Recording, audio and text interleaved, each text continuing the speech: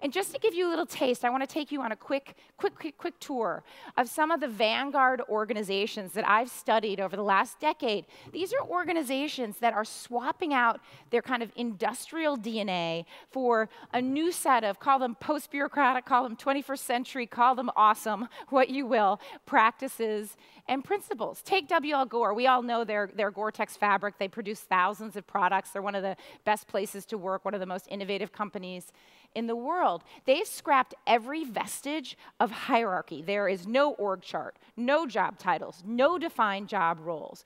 All there is complete freedom for associates to work on whatever they want with whomever they want, and total accountability to their peers who, among other things, can figure out and designate your compensation. So it's rich with accountability and autonomy at the same time.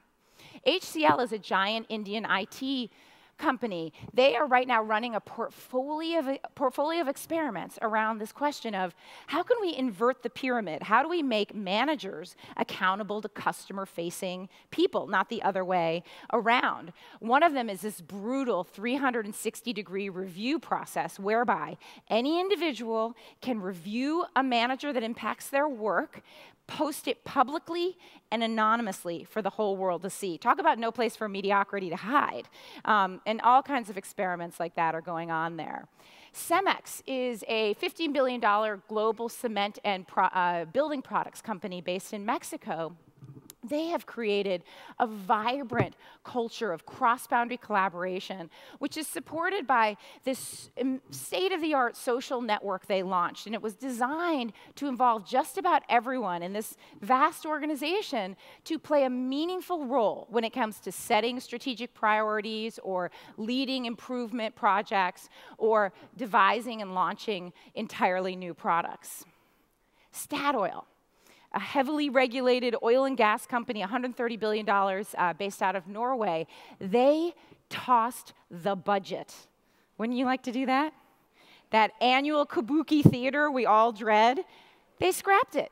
And instead, they reimagined it as this dynamic, continuous, participative process that has unleashed unwittingly all of this initiative and ingenuity across the organization. Or let's take a bank. Svenska Handelsbanken, they have about 850 branches, mostly in Northern Europe and the UK. They are a conventional full-service bank in name only. For the last 44 years, their return on equity has beat every one of their peers by a significant margin. Since the teeth of the financial crisis, they've logged 167% total return, while all their peers, significant negative returns. I think you know the drill. This exceptional performance you can track back to a radically decentralized organization and a near obsessive focus on the customer above all else. So Handelsbanken has 12,000 people in 25 countries, but they only have 3 layers of management. Operating decisions are 100% decentralized. So the branches make their own loan decisions. They make their own decisions about pricing on loans and deposits. They control their marketing budget. They control their local website. And they serve every customer segment in their catchment area. Now, I don't need to tell you that these practices go against conventional banking wisdom, right? But what they allow Handelsbanken branches to do is they let each branch effectively be the bank for the customer and to make decisions based on these local, deep, and authentic relationships.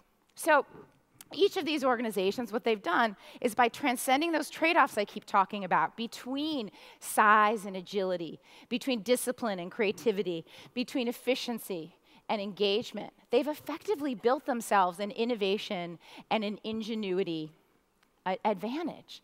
And the core takeaway here for all of you is that as important as it is to focus on inventing the future of business and all the shifts and changes in technology that's coming down the pike, it's equally urgent for you to actively reimagine your organization and your role in it as leaders in a world that's governed by completely new principles. Which brings me to my next Maverick strategy. We've got to change the way we change.